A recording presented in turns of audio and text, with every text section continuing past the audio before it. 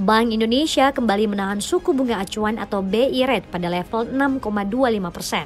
Posisi ini masih sama seperti kebijakan pada bulan sebelumnya. Suku bunga deposit facility tetap sebesar 5,5% dan suku bunga lending facility sebesar 7%.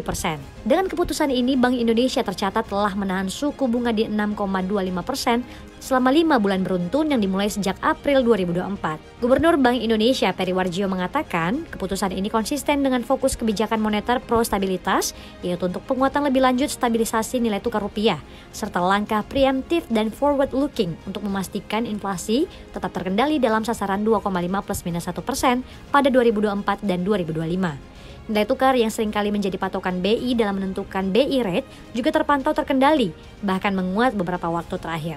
Namun pada perdagangan di 21 Agustus, rupiah tercatat terkoreksi 0,32% di Rp15.480 per 1 dolar Amerika Serikat. Sementara di pasar spot, rupiah ditutup lebih tinggi yakni 15.456 per dolar Amerika Serikat.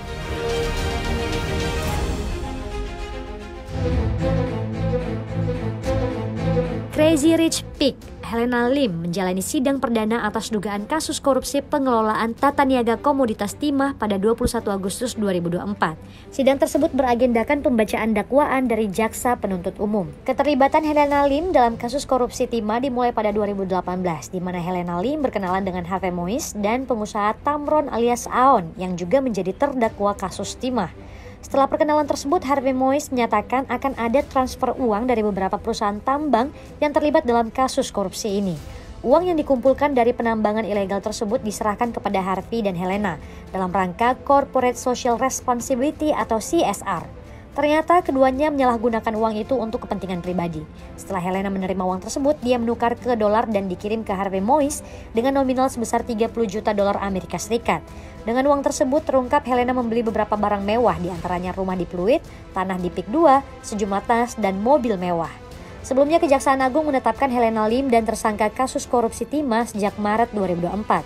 Penyidik menduga sebagai manajer PT Quantum Skyline Exchange, Helena telah membantu mengelola uang hasil penambangan ilegal.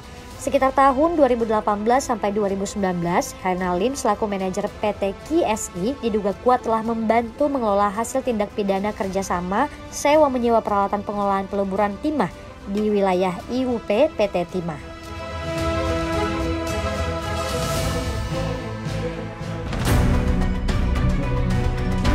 Menteri Keuangan Sri Mulyani menjelaskan soal Sistem Inti Administrasi Perpajakan atau SIAP atau Core Tax Administration System atau CTAS. Sri Mulyani mengklaim sistem pajak baru itu akan menjadi yang terbesar di dunia, bahkan mengalahkan sistem di Selandia Baru dan Kanada.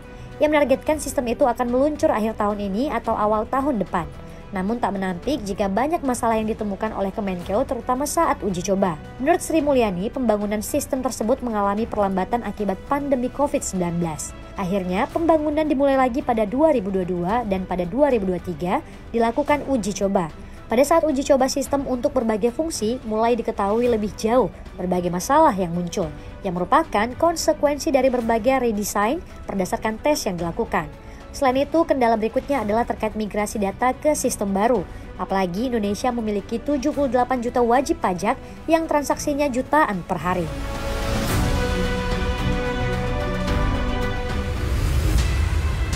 Harga sebatang emas di pasar spot pada 20 Agustus 2024 dibanderol 1 juta dolar Amerika Serikat atau 15,43 miliar rupiah.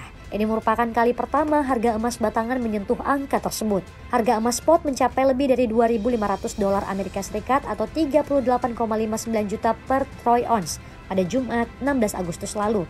Adapun rata-rata emas batangan memiliki berat 400 troy ounce. Sementara itu, per 21 Agustus, harga emas di pasar spot masih menguat tipis 0,04% di level 2.513 dolar Amerika Serikat per troy ounce. Harga emas di pasar spot telah melonjak lebih dari 20% tahun ini. Harga emas sangat sensitif terhadap kebijakan suku bunga The Fed. Harga emas yang lebih tinggi dapat menjadi tanda bahwa investor memperkirakan The Federal Reserve segera menurunkan suku bunga acuannya pada September mendatang. Jika The Fed menurunkan suku bunga, harga emas berpotensi naik karena dolar menjadi kurang menarik sebagai pilihan investasi, sehingga investor cenderung menempatkan uangnya dalam bentuk emas.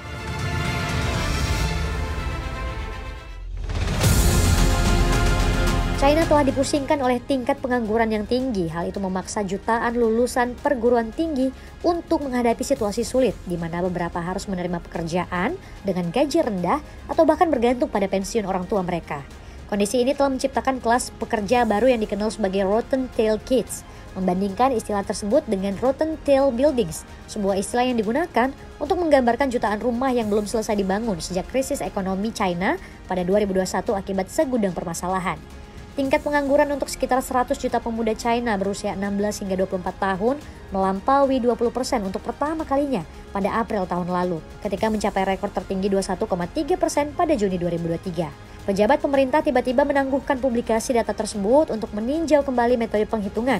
Setahun kemudian, pengangguran di kalangan pemuda diperbarui melonjak hingga 17,1% pada Juli 2024. Saat 11,79 juta mahasiswa lulus di musim panas ini, di tengah ekonomi yang masih terbebani oleh krisis real estate, Presiden Xi Jinping telah berulang kali menekankan bahwa menemukan pekerjaan bagi generasi muda adalah prioritas utama. Pemerintah telah menyerukan lebih banyak saluran bagi pemuda untuk mengakses calon pemberi kerja, seperti pameran pekerjaan, dan telah meluncurkan kebijakan bisnis yang mendukung untuk membantu meningkatkan perekrutan.